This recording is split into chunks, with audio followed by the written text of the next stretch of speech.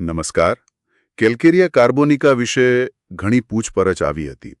તો થયું કે ચલો આજે આ જ હોમિયોપેથિક ઉપચાર પર થોડી ઊંડી વાત કરીએ. હા, બરાબર. આપણી પાસે સારો એવો સ્રોત છે, ખાસ કરીને એના માનસિક અને ભાવનાત્મક પાસાઓ પર. ચોક્કસ. કેલ્કેરિયા કાર્બોનિકા એટલે મૂળ તો ખનિજમાંથી બને છે આ દવા. હા. અને સ્ત્રોત પ્રમાણે આ મુખ્યત્વે સોરિક મ્યાઝમ સાથે જોડાયેલી છે. હોમિયોપેથીમાં આપણે જેને કહીએ ને રોગ તરફની એક મૂળભૂત વૃત્તિ. વારસાગત જેવી. હા, કદાચ એમ કહી શકીએ. જો કે એમાં થોડા સાયકોટિક લક્ષણો પણ જોવા મળે છે. ઓકે. પણ આજની ચર્ચાનો મુખ્ય હેતુ એનો જે કેન્દ્રવર્તી વિચાર છે અને એનું માનસિક ચિત્ર એ સમજવાનો છે. સરસ. તો ચાલો ત્યાંથી જ શરૂ કરીએ. આ ઉપચારનું મૂળ તત્વ શું છે? એનો મુખ્ય વિચાર. જુઓ, કેલ્કેરિયા કાર્બોનિકાનું જે કેન્દ્રબિંદુ છે ને એ છે સ્થિરતા અને સુરક્ષાની એકદમ અત્યંત ઊંડી જરૂરિયાત. સ્થિરતા અને સુરક્ષા. હા, જેમ શરીરમાં કેલ્શિયમ હાડકા રૂપે રક્ષણ આપે અથવા પહેલાના જીવોમાં કવચ હોય ને. હા, શેલ જેવું. બસ એ જ રીતે આ ઉપચારની મુખ્ય થીમ છે રક્ષણની જરૂરિયાત. પણ અહીં એક રસપ્રદ વાત છે. શું? કે આ સુરક્ષા મેળવવા માટે સક્રિય પ્રયાસ નથી કરવાનો, જાણે એ આપોઆપ મળે એવી એક મહત્વપૂર્ણ પ્રતિક્રિયા તરીકે. એટલે રક્ષણ જોઈએ છે, પણ એના માટે મહેનત નથી કરવી. આ થોડું અજીબ નથી? હા, એ જ એની ખાસિયત છે એમ કહી શકીએ. તો પછી આ માનસિક અને ભાવનાત્મક સ્તરે કેવી રીતે દેખાય? ખાસ કરીને ડર વિશે શું કહે છે સ્ત્રોત? બરાબર. આ ડરના રૂપમાં બહુ સ્પષ્ટ દેખાય છે. કેલ્કેરિયા કાર્બોનિકામાં ડર એ મુખ્ય લક્ષણ છે. ઘણા બધા પ્રકારના ડર. જેમ કે અંધારાનો ડર, પછી ગરીબીનો ડર, બીમારીનો ડર, પણ એમાંય ખાસ તો કામ નહીં કરી શકાય અને બીજા પર આધાર રાખવો પડશે એનો ડર. ઓહ, એટલે પીડાનો ડર નહીં, પણ અસમર્થતાનો ડર. બરાબર. અને ડોક્ટર, ડેન્ટિસ્ટ, ઇન્જેક્શન, સર્જરી આ બધાનો પણ તીવ્ર ભય, પુખ્તોમાં પણ. અચ્છા.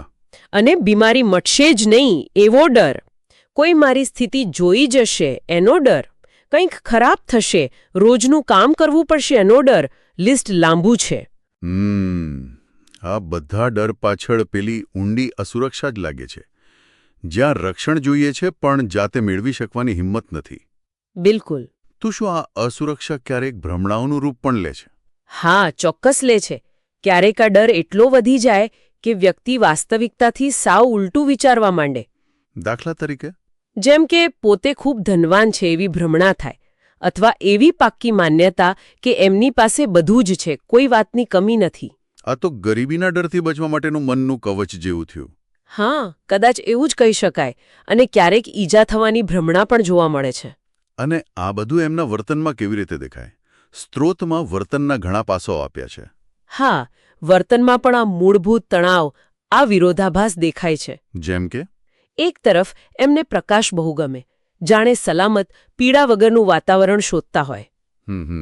નવરા બેઠા હોય તો ઉદાસ થઈ જાય, પણ કામ કરવાનું આવે તો ચિંતા થાય. એટલે કામ કરવું એ છે ને ચિંતાય થાય છે. માચ કરે.